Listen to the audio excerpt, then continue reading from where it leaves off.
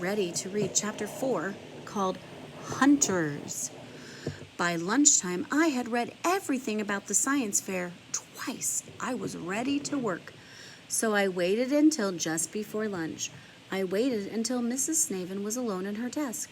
Then I went up and I asked for a library pass for after lunch. And I kind of whispered. And when she gave me the pass, I hid it in my hand. But Marcia saw it anyway, because Marcia was watching me like a cat watches a hamster. And right away, she jumped up and rushed over to the teacher's desk. She said, "Mrs. Snaven?"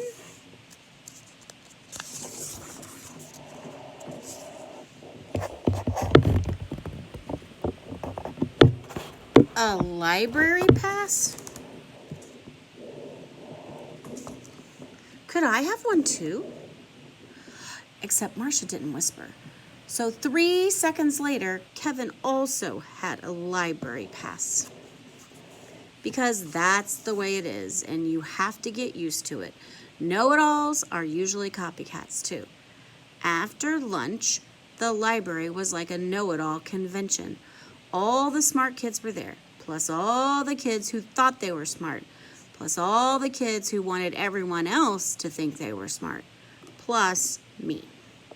We were all there. Everybody wanted a head start. Everybody wanted to win. The only good thing was that not all the kids there were in 3rd grade. Besides me and Marcia and Kevin, there were only 3 other 3rd graders. And Pete Morris wasn't one of them. I looked out the window and I saw Pete. He was out by the bushes near the fence. He was bending over. He was looking at one of the branches. But my best friend Willie was in the library. His real name is Phil, but his last name is Willis, so everybody calls him Willie. Even his teachers. Willie's 3rd grade teacher was Mrs. Fruel.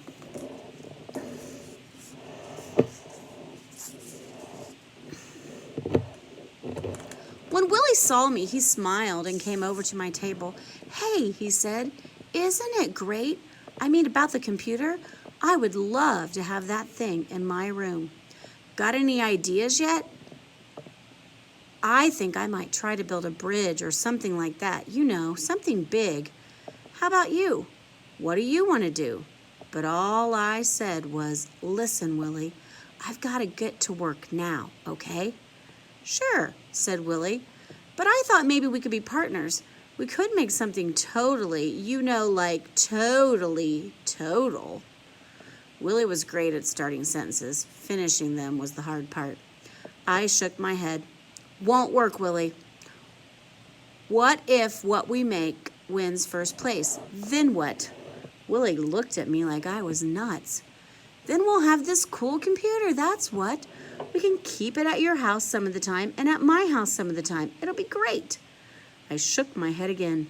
"I don't think so, Willie. I think we better just do our own stuff." Willie shrugged.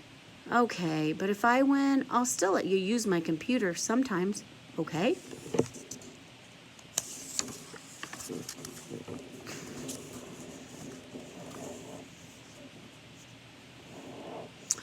I smiled and said, "Sure, that'll be great." But inside to myself, I said, "You win the science fair? Forget about it, Willie. That grand prize is mine." Which was not very nice, but when you have to get the right answer, and you have to get first, and you have to win, then you don't have as much time to be nice to anyone anymore. When Willie walked away, I looked at the papers about the science fair again. There was a part that said you could make a project that used fire or acid. For electricity, you could only use batteries, and you couldn't use chemicals that might explode or make smoke. Those rules knocked a lot of fun stuff off the list. In the booklet, it said there would be 5 judges, so I tried to think like a science fair judge, but I got tired of that. It was hard enough to think like a 3rd grader. I grabbed my papers and went over to the computer that was hooked up to the internet. I sat down, clicked on search, and then typed in science fair projects.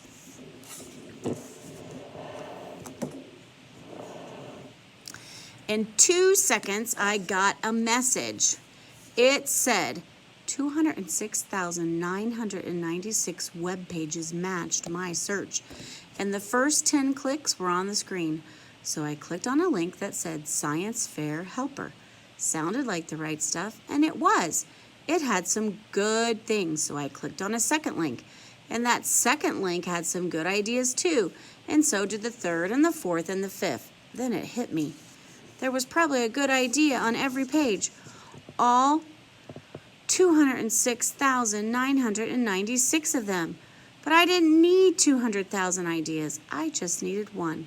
I needed my idea. I felt something. Behind me, I turned around real quick, and guess what? It was Kevin Young. He had come up right behind me, and he was staring at the screen, my screen. "Hey," I said. "What are you doing, Kevin?" Kevin shrugged. "Nothing." I said, "Then go do nothing somewhere else." Kevin had red hair, and his face was freckled, and his eyes were this real pale blue, and he didn't blink much. Kevin stuck out his chin and said, "I can be anywhere I want in the library, and you know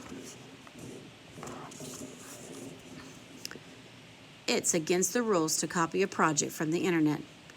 And from around the end of the shelves, suddenly Marcia was standing there too, next to Kevin. She nodded her head so her ponytail bobbed up and down. "That's right, what Kevin said about copying, how it's like cheating." It was hard not to get mad, real mad. But all I said was, "What? Do you think I'm stupid? I know not to cheat. Just mind your own business, both of you. You know what things look like right now. It looks like you two are copying ideas from me. That's what it looks like." They left, and I was still pretty mad. But when I thought about it later, I felt better about Kevin and Marcia watching out for me. It was something they weren't so sure about. It made me feel good, because if they were worried about me, that meant I was worth worrying about. Jake Drake was something those know-it-alls didn't know about, and they both knew it. And that is the end of chapter 4, called Hunters.